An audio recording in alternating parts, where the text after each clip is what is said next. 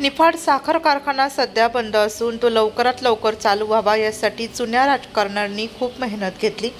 गेल्या 14 वर्षांपासून हा कारखाना बंद अवस्थेत आहे।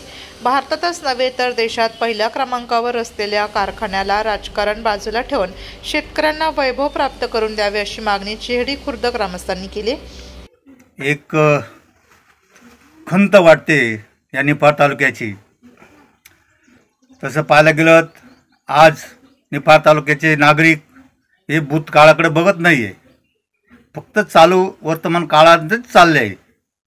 भूतकाळात जर विचार करायला गेला आपला निफाड तालुक्यातील ज्या विकासाच्या धुरा त्या लोकांनी सांभाळल्या आहे, जे 1964 पासून ह्या निफाड तालुक्याचा जो विकास केला आहे, पाटबंधाऱ्याच्या माध्यमातून, निफाड सहकारी कारखान्याच्या माध्यमातून, ओझर एचएलच्या माध्यमातून विविध संस्था या तालुक्यात ओपन केलेल्या आहे।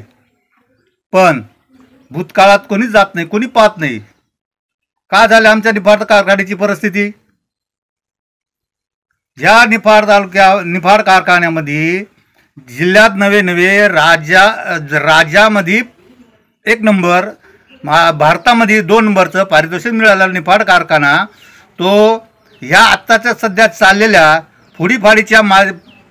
फोडीपाडीच्या प्रमाणेच ह्या निफाड कारखान्यावर 12-13चं प्रकरण झालं आहे।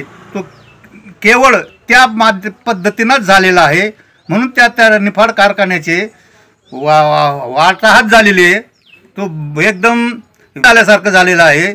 त्या कारखान्याच्या माध्यमातून जर विचार केला, जे कारखान्याचे संस्थापक वाघसाहेब, मालोजी काका, बोरसे काका, त्याच्या भरपूर नाव घ्यायला आपल्याला बोट पुरणार नाही, एवढे विकास काम करणारे लोक त्या माध्यमातून गेलेले।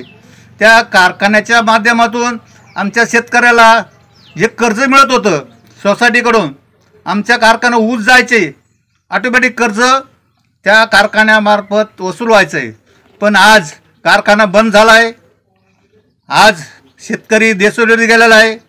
लालूच लागावले द्राक्ष बागाची, लाखांनी कोटींना रुपये कर्ज केले द्राक्ष बागाचं, पण आज द्राक्ष बागाला भाव मिळत नाही, मजूर मिळत नाही, औषधाची किमती काय, खताची किमती काय, त्यामुळं त्या शेतकऱ्याला त्या ऊसाशिवाय पर्याय नव्हता। पण कारखाना बंद केल्यामुळं आज शेतकरी हा द्राक्षाच्या लालची मुळं एकदम भिकारी झाले असं म्हणायला हरकत नाही आहे। यासाठी मी आपल्या निफाड तालुक्यातील जागृत नागरिकांना विनंती करतोय, ह्या अशा स्वतः आत्ताच्या भविष्यात, आताच्या वर्तमान काळामध्ये जे काही लोक भामटेगिरी किंवा फोडाफाडीचं राजकारण करताय, ह्या गावात जाऊन त्या गावात जाऊन भानगडी लावत आहे, तरुण मुलांना लालची लावत आहे, कुठल्या तरी धाब्यावर कोणाला तरी बसायला डायरेक्ट पैसे पुरवत आहे आणि गावागावामध्ये वाद लावून देत आहे। भरपूर तालुक्यामध्ये अशा राजकीय लोकांच्या माध्यमातून गुंड तयार झालेले, ते गुंड गुंडचं कृपया या सामाजिक स्वतःला राजकीय नेते म्हणताय, त्या राजकीय लोकांनी त्यांना पायबंद घाल। एवढं बोलून मी आपल्या त्याच्या विकासात ह्या लोकांनी लक्ष घालावे। वृत्तसंकलन विभाग, नाशिक लोकशाही न्यूज, नाशिक।